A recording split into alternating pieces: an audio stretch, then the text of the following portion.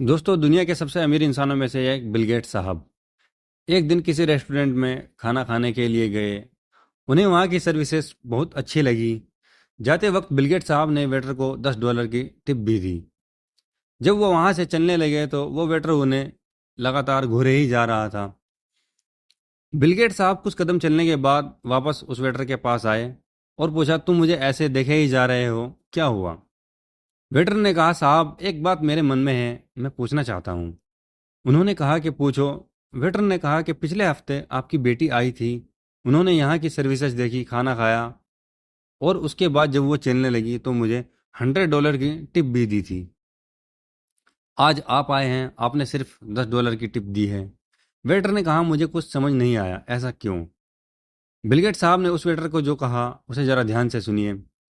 Bill Gate साहब ने कहा, वो एक अमीर इंसान की बेटी है, वो $100 की टिप दे सकती है, लेकिन मैं एक गरीब इंसान का बेटा हूँ और मैं अपना अतीत कभी भूलता नहीं हूँ।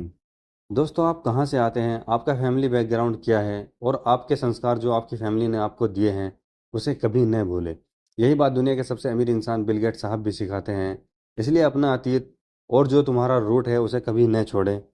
एक बार किसी इंटरव्यू में बिल गेट्स साहब से पूछा गया कि आपकी सफलता का राज क्या है। उन्होंने बताया, ज़्यादा से ज़्यादा बुक्स पढ़ो।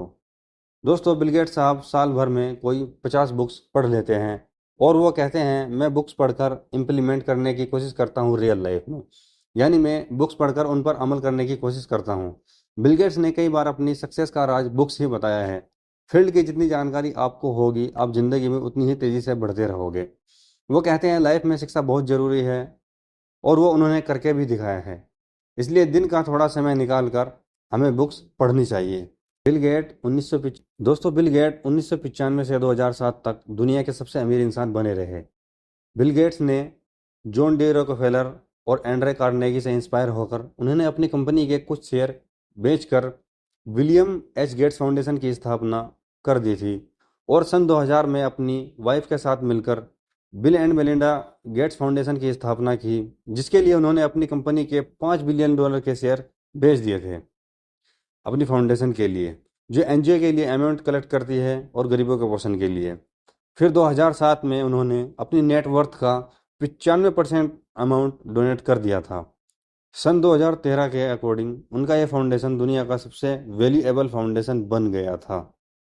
बिल गेट्स 1995 से 2007 तक दुनिया के सबसे अमीर इंसान बने रहे, पहले नंबर पर।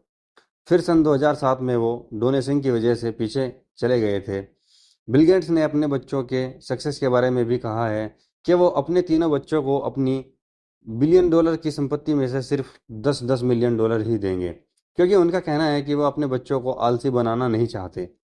आज आज जो भी वो कर रहे हैं वो सिर्फ समाज सेवा के लिए ही कर रहे हैं। हमें बिल गेट्स के जीवन और उनकी उनकी कही बातों से बहुत कुछ सीखने को मिलता है दोस्तों। इसीलिए बिल गेट्स साहब दुनिया में अपनी इनकम से तो धनी है ही, लेकिन दिल और दिमाग से भी बहुत धनी है। कुछ यही थी उनके जीवन से जुड़ी बातें। दोस्तों, मुझे दीजिए अलविदा। जय हिंद। और हाँ, बुक्स जरूर पढ़ा करें।